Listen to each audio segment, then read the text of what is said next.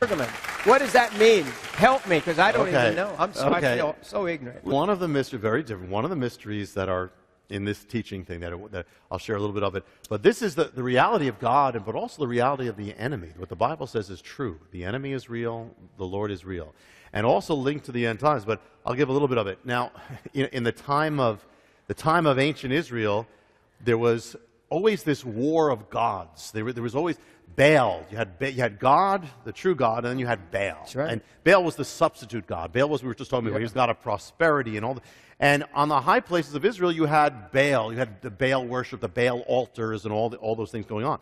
Later on, you have another war of gods. In the time of the Maccabees, the Hanukkah, you have Antiochus, this horrible king, who comes into Israel, and he sets an altar, he sets an abomination on the Temple Mount. This is where we get the abomination desolation. This is the foreshadow. This is first called the abomination desolation, and then Jesus, Messiah, refers to it when he talks about what will happen. So in a sense, this is a shadow of what's going to happen later. The whole Hanukkah picture. So you have Antiochus, he defiles the Temple Mount, he desecrates God's sanctuary, he slaughters a pig, and then he sets up this abomination, which is a shadow of what's coming. What was the abomination? Well, we know the abomination, it was an idol, and it was an idol of the god Zeus. Okay, the idol of the god Zeus, the chief of the Greek gods.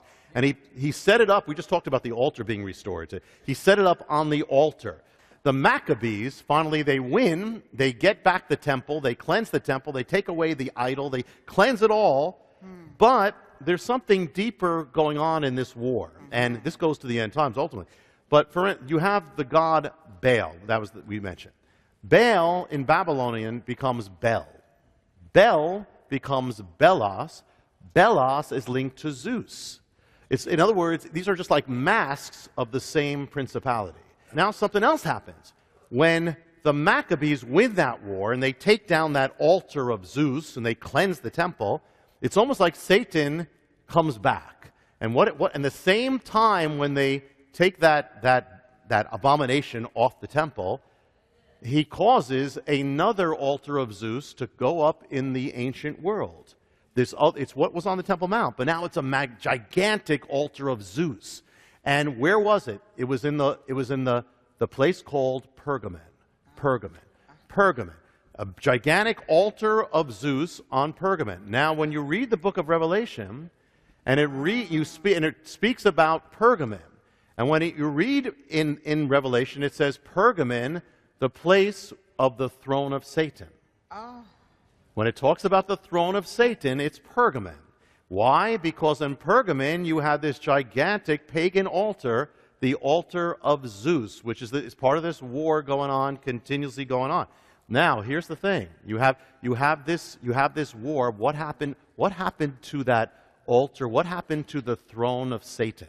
This was there. The Greeks were in charge of it first, and they were the ones at that time that were persecuting Israel in the days of Hanukkah. Then the Romans took over, and then they destroyed the temple. They come against the Jewish people. They come against the gospel, the throne of Satan. But what happens is then the gospel starts spreading to the Roman Empire. And people start turning away from the gods and the altars. So the altar of Zeus or of Pergamon, the altar of Pergamon or the throne of Satan starts falling into disrepair. It starts kind of becoming underground. It will stay that way, dormant, until the modern age, until our time. As we watch, as the world, as Europe and they start throwing off the gospel, in Europe especially, what happens is a man comes to Pergamon at the end of the 19th century, and he starts uncovering the altar or the throne of Satan. And he sends the pieces of the altar, the first pieces, back to his homeland. The year is 1871, the beginning of the unearthing of the throne. And this links back to the abomination desolation. So here he does that.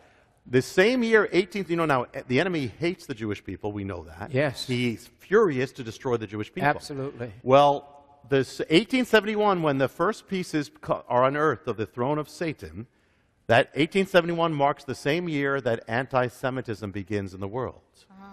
It's the birth of the modern hatred of the Jewish people starts as the throne of Satan is being revived.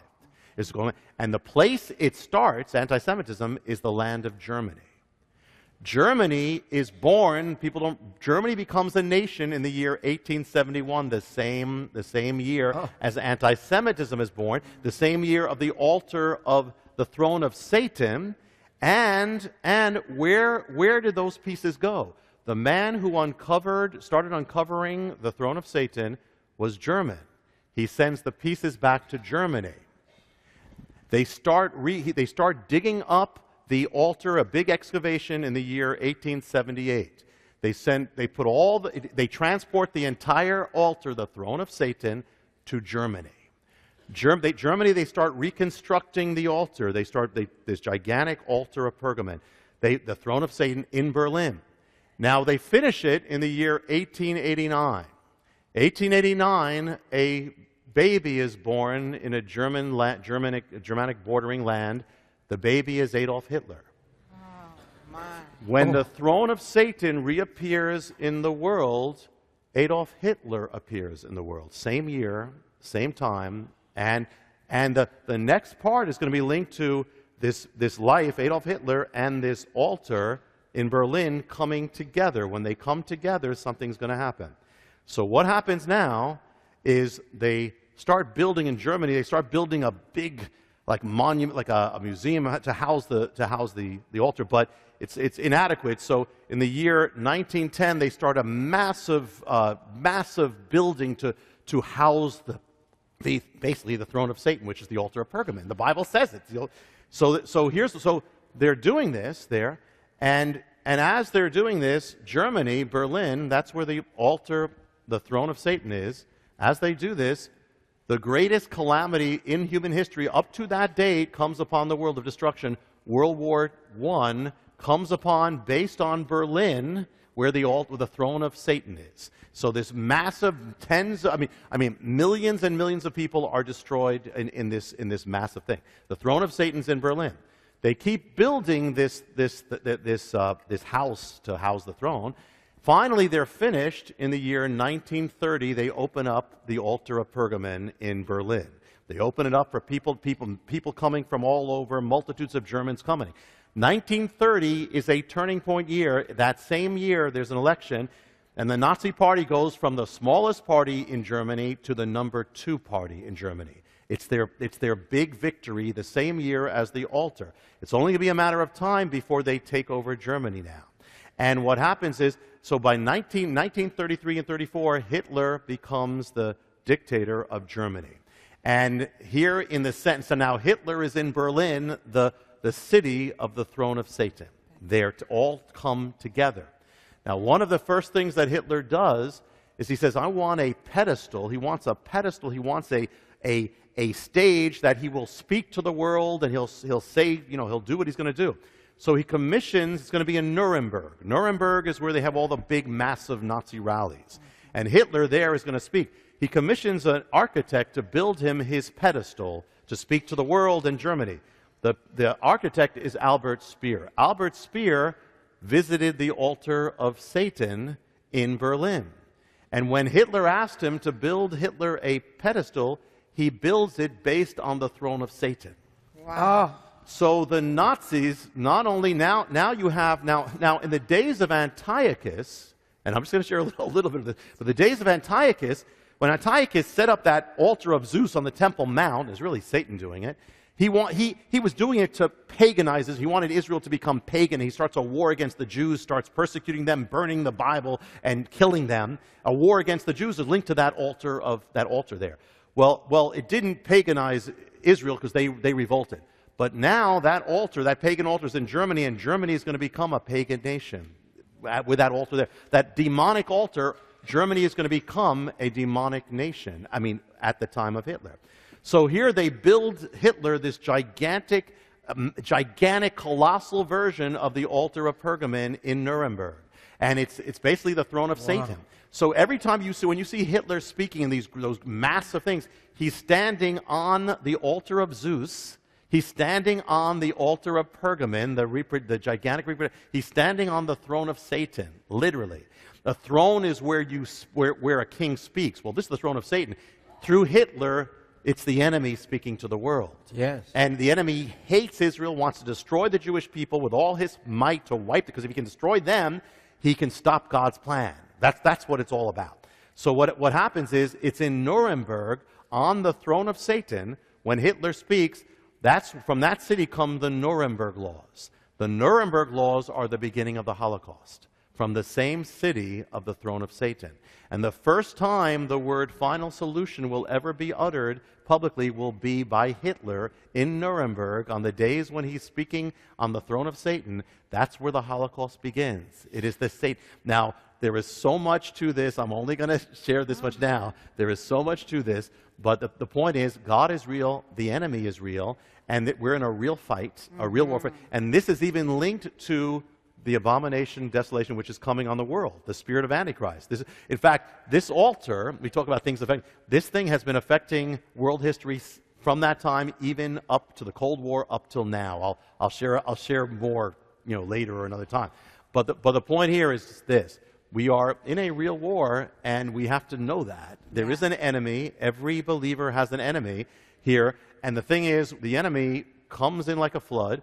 But the thing is that in the end days, he is furious with Israel, and he's furious with the people of God. That's why he's going first. But the thing is that it's a good thing to have the enemy as your enemy, because it means you have the friend as your friend.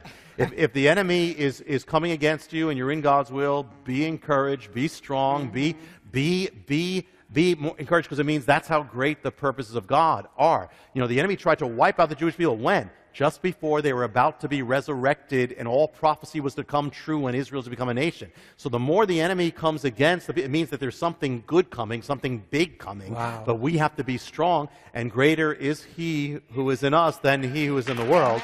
True, we are on the winning side, but we're in a fight, and we are on the winning side. So yeah.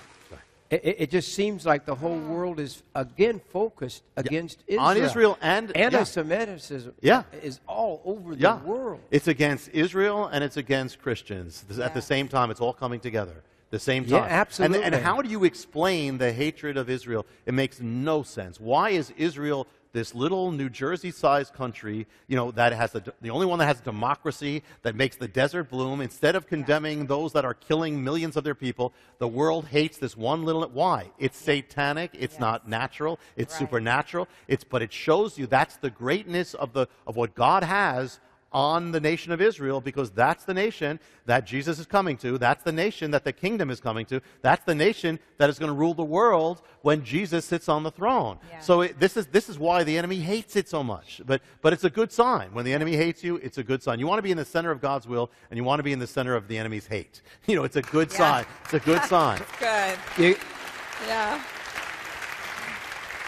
I couldn't help but think of the word that says, don't give place to Satan. Yes, exactly. Yeah, give no room to give him, and then no bitter root. Yeah, that's exactly it. Because Germany gave place to the throne of Satan. That's exactly it. And that root grew right there. That's exactly it. They gave place, and the enemy, just like sin. Sin is never content to take a little spot.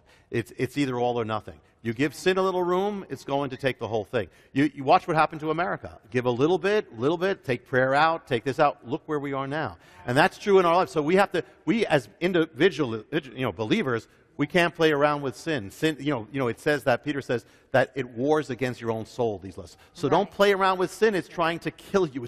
The enemy has only one aim, and that's to destroy you.